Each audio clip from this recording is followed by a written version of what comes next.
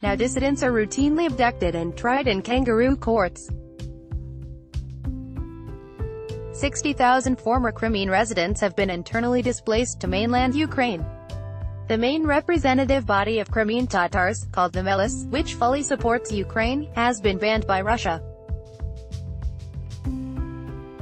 The human rights situation on the Crimean Peninsula is so poor that Australia and over 20 countries co-sponsored very important UN resolutions, situation of human rights in the Autonomous Republic of Crimea and the city of Sevastopol, Ukraine. Russia's occupation of the Crimean Peninsula has resulted in a militarization of the region and violation of basic principles of freedom of navigation. Ukraine treated its Crimean region as a resort, but Russia treats it as a military base. Russia has introduced to the peninsula a tremendous amount of weaponry, which poses a danger to the whole Black Sea region.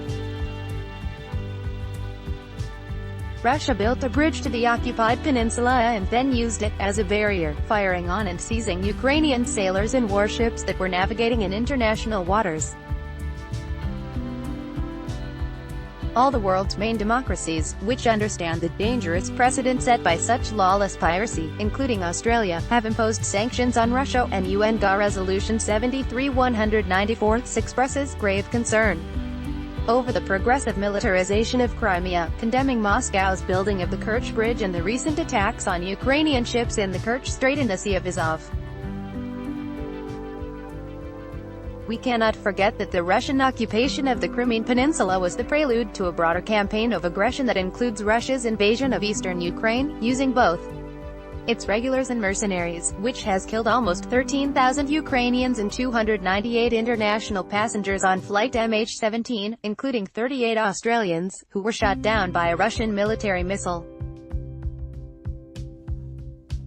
At this 5-year milestone of Russia's occupation of Ukraine's Crimean Peninsula, the facts established in UN resolution, all co-sponsored by Australia, speak for themselves.